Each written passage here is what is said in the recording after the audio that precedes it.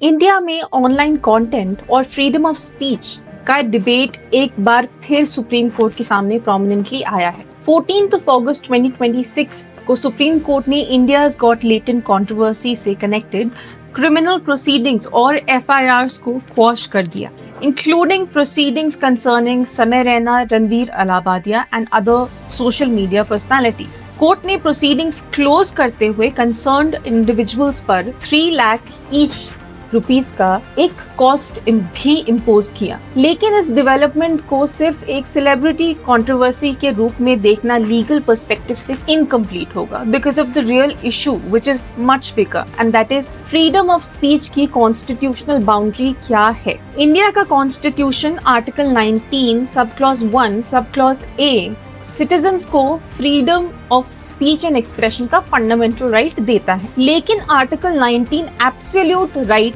नहीं है। Article 19 sub clause 2 state को सर्टेन कॉन्स्टिट्यूशनली रिकॉग्नाइज्ड ग्राउंड्स पर रीजनेबल रिस्ट्रिक्शंस इम्पोज करने की परमिशन देता है। यानी कि फ्री स्पीच का मतलब ये नहीं है कि किसी भी काइंड का एक्सप्रेशन ऑटोमेटिकली कॉन्स्टिट्यूशनली प्रोटेक्टेड हो जाएगा, लेकिन दूसरी तरफ किसी स्टेटमेंट से पब्लिक आउटरीच होना भी ऑटोमेटिकली उस स्पीच को क्रिमिनल नहीं बना देता, और यही डिस्टिंक्शन इस कंट्रोवर्सी को लीगली इंपॉर्टेंट बनाता है। इंडियाज गॉट लेटेंट कंट्रोवर्सी के कॉन्टेक्स्ट में रिमार्क्स को लेकर मल्टीपल क्रिमिनल प्रोसीडिंग इनिशिएट हुई थी। केसेस के अर्लियर प्रोसीडिंग्स में सुप्रीम कोर्ट ने पर्सन्स विद डिसेबिलिटीज को डिग्निटी को सीरियसली एम्फसाइज करने को कहा था। कोर्ट ने आर्टिकल 19 और आर्टिकल 21 के रिलेशनशिप पर भी एक इम्पोर्टेंट ऑब्जर्वेशन किया था, पर्टिकुलरली इस कॉन्टेक्स्ट में कि फ्रीडम ऑफ एक्सप्रेशन को किसी दूसरे पर्सन्स डिग्निटी को डिस्ट्रॉय करने का अनरिस्ट्रिक्टेड लाइसेंस नहीं माना जा सकता। यहाँ आर्टिकल 21 का एक इम्पोर्टेंट डायमेंशन समझना जरूरी है। आर्टिकल 21 सिर्फ फिजिकल एग्जिस्टेंस की प्रोटेक्शन तक ही लिमिटेड नहीं है। सुप्रीम कोर्ट की कॉन्स्टिट्यूशनल जूरिस्प्रूडेंस में राइट टू डिग्निटी भी आर्टिकल 21 का एक इम्पोर्टेंट कंपोनेंट बन चुका है। इसीलिए जब स्पीच और डिग्निटी के इंटरेस्ट कोलाइड करते हैं तो कोर्ट्स को दोनों कॉन्स्टिट्यूशनल वैल्यूज को एक बैलेंस देना पड़ता है। अब 14 अगस्त 2026 के डेवलपमेंट पर वापस आते हैं। सुप्रीम कोर्ट ने क्रिमिनल प्रोसीडिंग्स को क्लोज कर दिया और एफआईआर स्क्वॉश कर दी। कोर्ट ने subsequent conduct and efforts to promote awareness and dignity of persons with disabilities को भी प्रोसीडिंग्स के कॉन्टेक्स्ट में रिकॉग्नाइज किया। लेकिन इसका मतलब ये नहीं है कि सुप्रीम कोर्ट ने एक ब्लैंकेट प्रिंसिपल डिक्लेयर कर दिया है that comedy is always protected speech. एकदम नहीं। फ्री स्पीच का प्रोटेक्शन कॉन्टेक्स्ट डिपेंडेंट होता है। कोर्ट को देखना होता है कि पर्टिकुलर एक्सप्रेशन किसी कॉन्स्टिट्यूशनली परमिसिबल रिस्ट्रिक्शन या क्रिमिनल ऑफेंस के इंग्रेडिएंट सेटिस्फाई करता है या नहीं। यहाँ एक वेरी इंपॉर्टेंट लीगल डिस्टिंक्शन समझिए। First of all that offensive speech और criminal speech necessarily same thing नहीं होते। किसी स्टेटमेंट को ऑफेंसिव, डिसरिस्पेक्टफुल, डिसटेस्टफुल या इनसेंसिटिव माना जा सकता है, लेकिन क्रिमिनल लायबिलिटी एस्टैब्लिश करने के लिए एप्लीकेबल स्टैट्यूटरी इंग्रेडिएंट्स सेटिस्फाई करना जरूरी होता है। इसलिए आर्टिकल 19 सब क्लॉज 1 सब क्लॉज ए के साथ आर्टिकल 19 क्लॉज 2 को रीड करना इम्पोर्टेंट है। अब इस केस को हम लोग अगर यूपीएससी या जुडिशरी के पर्सपेक्टिव से देखें तो आपको प्राइमरीली 4 चीजें हैं या 4 कॉन्सेप्ट्स हैं जो कनेक्ट करने हैं।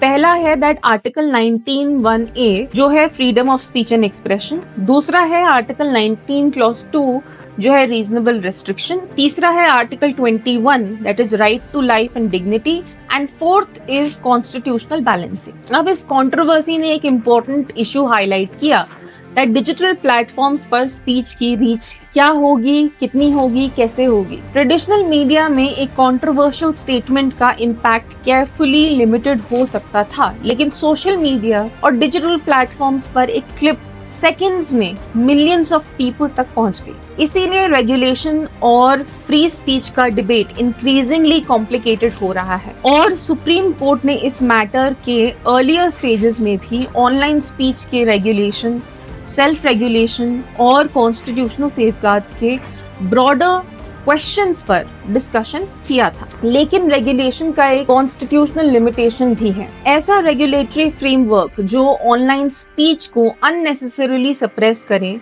वो आर्टिकल 19(1)(a को प्रोटेक्शन को अफेक्ट करता है या कर सकता है। और दूसरी तरफ ऐसा कंप्लीटली अनरेगुलेटेड एनवायरनमेंट जहां स्पीच के नाम पर वल्नरेबल ग्रुप्स की डिग्निटी सिस्टमैटिकली अटैक हो, वो आर्टिकल 21 के कंसर्न्स रेज कर सकता है। देयरफॉर कॉन्स्टिट्यूशनल चैलेंजेस ये हैं कि फ्रीडम को प्रोटेक्ट भी करना है और डिग्निटी को भी प्रोटेक्ट करना है। और इसी रीजन से समय रैना एंड रणवीर अलाहाबादिया कंट्रोवर्सी का एक लीगल सिग्निफिकेंस सिर्फ FIR क्वॉशिंग तक limited नहीं है. It is part of a much larger constitutional debate. Where does freedom of expression end and where does the responsibility to respect another person's dignity, let's say, begin? So for judiciary aspirants, remember Article 19(1)(a) gives the right. Article 19 Clause 2 provides constitutionally recognized grounds for restriction. Article 21 protects life and dignity,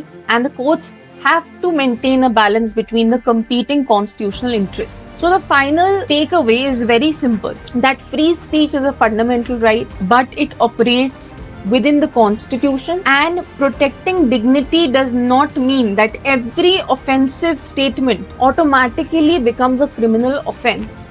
That balance between liberty, expression, dignity and lawful restriction is what makes the controversy legally significant. You are watching Genesis Academy. Hope you liked the video and the content, and please show us your support by hitting the like button, share button and the subscribe button. Thank you.